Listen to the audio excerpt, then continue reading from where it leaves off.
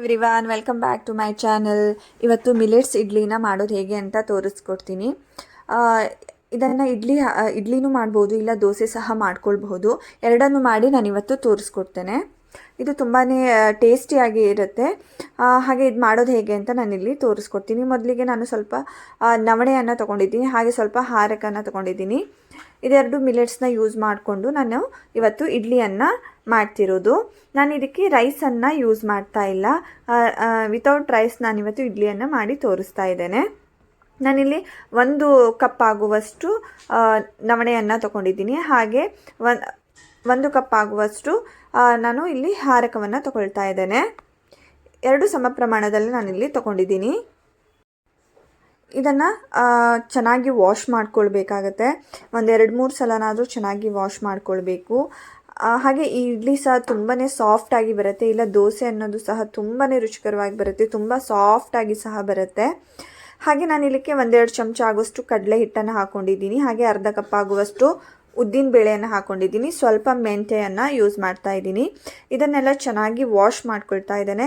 Wash ಮಾಡಿಬಿಟ್ಟು ಇದನ್ನು ನೆನೆ ಹಾಕ್ತಾ ಇದ್ದೇನೆ. ಇದನ್ನು ನಾನು 4-5 ಗಂಟೆಗಳ ಕಾಲ ಇದನ್ನು ನೆನೆಸಿಡಬೇಕು. ಅಂದರೆ ಮಿಲೆಟ್ಸ್ ಎಲ್ಲ ಚೆನ್ನಾಗಿ ನೆನಿಬೇಕು. ಸೊ ಅದರಿಂದ ಇದನ್ನು ಚೆನ್ನಾಗಿ ವಾಶ್ ಮಾಡ್ಕೊಳ್ಬೇಕು. ಇದನ್ನು 3 ಸಲನಾದರೂ ನೀವು ವಾಶ್ ಮಾಡಿಬಿಟ್ಟು ಇದನ್ನು ನೆನೆಯೋದಕ್ಕೆ ಇಟ್ಕೊಳ್ಳಿ.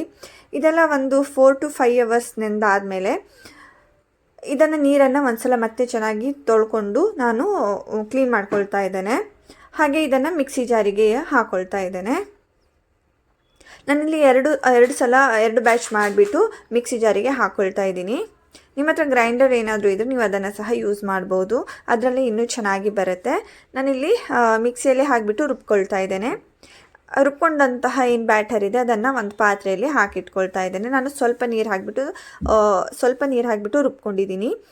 ಇವಾಗ ಹಿಟ್ಟು ರೆಡಿಯಾಗಿದೆ. ಹಾಗೆ ಇದನ್ನು ನಾನು ಓವರ್ನೈಟು ಬಿಡ್ತಾ ಇದ್ದೀನಿ. ಮಾರ್ನಿಂಗ್ ಇದು ತುಂಬ ಚೆನ್ನಾಗಿ ಫರ್ಮೆಂಟ್ ಆಗಿ ಬರುತ್ತೆ. ನೀವು ಸ್ವಲ್ಪ ಬೇಗನೆ ರುಬ್ಬಿಟ್ಟು ಇಟ್ಟಷ್ಟು ಇನ್ನೂ ಚೆನ್ನಾಗಿ ಬರುತ್ತೆ. ಹಾಗೆ ಮಾರ್ನಿಂಗ್ ಏನಾದರೂ ನೀವು 9 o'clock ಹಾಗೆ ಇಡ್ಲಿ ಮಾಡೋದಿದೆ ಆವಾಗ ಇನ್ನೂ ಚೆನ್ನಾಗೇ ಬರುತ್ತೆ. ನೀವು ಮಾರ್ನಿಂಗ್ 6-7 ಮಾಡಬೇಕು ಅಂದರೆ ನೈಟ್ ಸ್ವಲ್ಪ ಬೇಗನೆ ರುಬ್ಬಿಟ್ಟು ಇಡಿ. ಹಾಗೆ ನಾನು ಇವಾಗ ಇದಕ್ಕೆ ಎಷ್ಟು ಉಪ್ಪು ಬೇಕೋ ಅಷ್ಟು ಉಪ್ಪನ್ನು ಹಾಕ್ಕೊಂಡಿದ್ದೀನಿ. ಇದನ್ನು ಇಡ್ಲಿ ಪಾತ್ರೆಯಲ್ಲಿ ನಾನು ಹಾಕಿಬಿಟ್ಟು ಬೇಯಿಸ್ಕೊಳ್ತಾ ಇದ್ದೇನೆ. ಇಲ್ಲಿ ನೀರು ಸಹ ಬಿಸಿ ಆಗಿದೆ. ಇಡ್ಲಿ ಪಾತ್ರೆಯನ್ನು ಇಟ್ಕೊಂಡು ನಾನು ಇದನ್ನು ಒಂದು 10-15 ನಿಮಿಷ ಬೇಯಿಸ್ಕೊಳ್ತಾ ಇದ್ದೇನೆ. ಇವಾಗ ಒಂದು 10-15 ನಿಮಿಷ ಆಗಿದೆ. ನಾನು ಇದನ್ನು ಚೆಕ್ ಮಾಡ್ತಾ ಇದ್ದೀನಿ. ಅಕಸ್ಮಾತ್ ಏನು ಬೆಂದಿಲ್ಲ ಅಂದರೆ ನೀವು ಇದನ್ನು ಮತ್ತೊಂದು 5 ನಿಮಿಷ ಬೇಯಿಸ್ಕೊಳ್ಳಿ.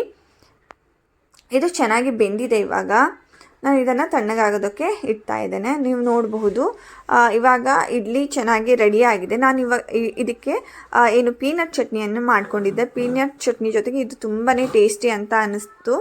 ಸೊ ಇದಕ್ಕೆ ಪೀನಟ್ ಚಟ್ನಿ ಹೇಳಿ ಮಾಡಿಸಿದಂತಹ ಚಟ್ನಿ ಅಂತ ಹೇಳ್ಬೋದು. ಅಷ್ಟು ತುಂಬ ಚೆನ್ನಾಗಿ ರುಚಿಕರವಾಗಿ ಬಂತು.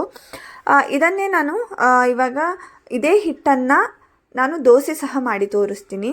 ಇಲ್ಲಿ ನೋಡ್ಬೋದು ಇಡ್ಲಿ ಎಷ್ಟು ಸಾಫ್ಟಾಗಿ ಇಡ್ಲಿ ಬಂದಿದೆ ನೋಡಿ, ಎಷ್ಟು ಫ್ಲಫಿಯಾಗಿ ಸಹ ಬಂದಿದೆ. ಹಾಗೆ ಅಷ್ಟೇ ಟೇಸ್ಟಿ ಆಗುತ್ತೆ. ಇದಕ್ಕೆ ನೀವು ಅಕ್ಕಿ ಹಾಕಿಲ್ಲ ಅನ್ನೋ ಥರ ಫೀಲ್ ಸಹ ಬರೋದಿಲ್ಲ, ಅಷ್ಟು ಚೆನ್ನಾಗಿ ಬಂದಿದೆ. ಇವಾಗ ಅದೇ ಹಿಟ್ಟಿನಿಂದ ನಾನು ದೋಸೆಯನ್ನು ಮಾಡಿ ತೋರಿಸ್ತಾ ಇದ್ದೇನೆ. ನೀವು ದೋಸೆ ಎಷ್ಟು ತೆಳ್ಳಗೆ ಬೇಕಾದರೂ ತೊಗೊಳ್ಬಹುದು, ಇದರಲ್ಲಿ ಅಷ್ಟು ಚೆನ್ನಾಗಿ ಎದ್ದು ಬರುತ್ತೆ. ನಾನು ಇವಾಗ 1-2 ದೋಸೆಯನ್ನು ತೆಗಿತಾ ಇದ್ದೇನೆ. ದೋಸೆಗೂ ಸಹ ನಾನು ಪೀನಟ್ ಚಟ್ನಿ ಜೊತೆಗೇ ಸರ್ವ್ ಮಾಡ್ತಾ ಇದ್ದೀನಿ. ಇವಾಗ ದೋಸೆ ರೆಡಿ ಆಗಿದೆ. ನೀವು ಇದಕ್ಕೆ ಬೇಕಾದರೆ ತುಪ್ಪವನ್ನು ಸಹ ಮೇಲ್ಗಡೆ ಹಾಕ್ಕೊಳ್ಬೋದು, ಅದು ಸಹ ತುಂಬ ಟೇಸ್ಟಿ ಅನಿಸುತ್ತೆ. ಇವಾಗ ಈ ಮಿಲೆಟ್ಸ್ ಇಡ್ಲಿ ದೋಸೆ ಎರಡೂ ರೆಡಿ ಆಗಿದೆ. ನೀವು ಸಹ ಈ ರೆಸಿಪಿಯನ್ನು ಒಂದ್ಸಲ ಟ್ರೈ ಮಾಡಿ. ಹಾಗೆ ಇದು ತುಂಬಾ ಟೇಸ್ಟಿಯಾಗಿ ಹೆಲ್ದಿಯಾಗಿ ಸಹ ಇರುತ್ತೆ.